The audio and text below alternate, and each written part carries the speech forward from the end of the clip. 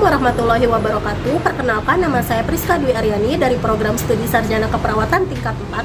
Di sini saya akan menjelaskan mengenai tema yaitu manajemen stres di lapangan kerja untuk memenuhi tugas akhir mata kuliah KESJA atau kesehatan kerja. Selamat menyaksikan. Oke teman-teman, sesuai pembahasan kita yaitu manajemen stres di tempat kerja. Oke, di sini menurut beberapa ahli ada yang menjelaskan bahwa manajemen stres adalah suatu kemampuan dalam menggunakan sumber daya manusia secara efektif untuk bisa mengelola dan juga mengatasi gangguan serta kekacauan mental serta emosional yang terjadi karena adanya respon atau tanggapan. Sedangkan definisi stres tersendiri yaitu suatu wujud reaksi psikologis yang normal terjadi saat adanya peningkatan beban kehidupan. Salah satunya adalah beban pekerjaan. Stres tersebut adalah suatu peringatan dari diri setiap orang bahwa otak sedang mengalami tekanan yang berlebih.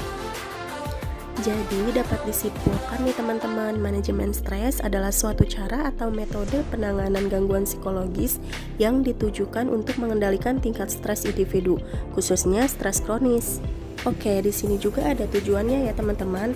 Secara spesifik, tujuan dilakukannya manajemen stres di dalam lingkungan perusahaan adalah untuk mengantisipasi adanya kemungkinan timbul penyebab stres, mencegah terjadinya stres pada karyawan dan perusahaan secara menyeluruh, tidak menyebabkan efek yang lebih buruk, serta memulihkan karyawan dan atau perusahaan dari stres tersebut. Tunggu dulu teman-teman, di sini ada penyebabnya loh. Nah, penyebab yang pertama yaitu workaholic, yakni seseorang yang melakukan pekerjaan secara kompulsif dan sangat sering mengorbankan waktu tidur serta keluarganya sehingga mengakibatkan tekanan dalam jiwanya. Yang kedua adalah fixed mindset, yakni mereka yang memiliki pikiran sempit dan kaku. Umumnya mereka memiliki banyak pikiran dan kaku atau tidak berpikir sama sekali secara normal. Nah, yang ketiga adalah pikiran negatif. Hal tersebut ditandai dengan adanya cara pikir yang pesimistis, berlebihan, mengkritik diri sendiri, dan menganalisis sesuatu secara berlebihan. Nah, yang terakhir ada gaya hidup dan juga kebiasaan buruk, seperti sering bergadang, minum alkohol, kafein, perokok berat, boros, dan lain-lain. Nah teman-teman, adanya penyebab pasti ada cara mengatasinya juga. Yang pertama yaitu dengan cara melakukan identifikasi perilaku dan kebiasaan yang bisa menyebabkan stres. Berbagai teori psikologi banyak yang mengatakan bahwa untuk mengatasi stres karena hal tersebut bisa diatasi dengan cara menulis atau bercerita dengan pihak lain. Manajer HRD mungkin memang tidak bisa ikut campur dalam kehidupan pribadi karyawan, tapi bisa diatasi dengan cara mendekatkan diri dan saling bertukar pikiran. Kedekatan secara psikologis ini nantinya akan memberikan efek yang besar dalam mengurangi beban karyawan. Yang kedua yaitu dengan cara bersosialisasi dengan orang lain.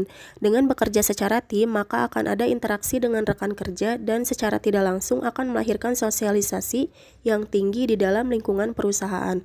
Selain itu, bersosialisasi juga akan mengeluarkan suatu hormon yang akan membuat pikiran menjadi senang. Salah satu contoh yang bisa dilakukan adalah dengan cara membantu orang lain. Nah, cara yang mengatasi yang selanjutnya yaitu dengan cara menerapkan 4A, yaitu avoid, alter, adapt, dan accept. Pihak manajemen bisa memprediksi apa saja yang bisa menyebabkan stres di lingkungan kerja, seperti tugas atau deadline dengan tekanan yang tinggi.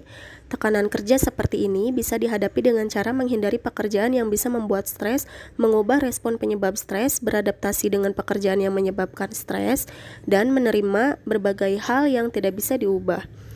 Nah, dengan cara selanjutnya yaitu menyediakan waktu untuk bersantai. Nah, ini salah satu hal yang dapat dilakukan yang terakhir teman-teman, yaitu menyediakan waktu untuk bersantai. Selain dengan berolahraga, melakukan kegiatan santai dan bersenang-senang akan secara efektif mengurangi rasa stres. Setiap individu pasti mempunyai kegiatan yang mereka sukai. Dengan melakukan kegiatan tersebut di waktu senggang, maka stres mereka akan teralih. Oke teman-teman, dalam semua pembahasan yang tadi saya sudah jelaskan, kita bisa dapat menarik kesimpulan. Berdasarkan penjelasan yang telah dibahas, dapat disimpulkan bahwa manajemen stres adalah suatu bentuk upaya mengelola hidup, emosi, pikiran, serta cara menangani masalah. Manajemen stres ini bisa dilakukan dengan melakukan perubahan dalam diri seseorang jika memang sedang berada dalam tekanan secara terus-menerus. Contohnya adalah dengan mencegah stres, dengan merelaksasi diri, dan mengelola respon atas suatu kondisi. Nah, jangan lupa juga ya untuk mengelola stres dengan cara berlibur dan memanjakan diri. Oke teman-teman, mungkin cukup sekian video dari saya. Mohon maaf bila banyak kesalahan. Dan jika menurut kalian di video ini banyak manfaatnya, jangan lupa untuk share ke seluruh teman-teman kalian biar dapat ilmu bareng-bareng. Oke, jangan lupa like juga dan komen ya. Wassalamualaikum warahmatullahi wabarakatuh. Bye.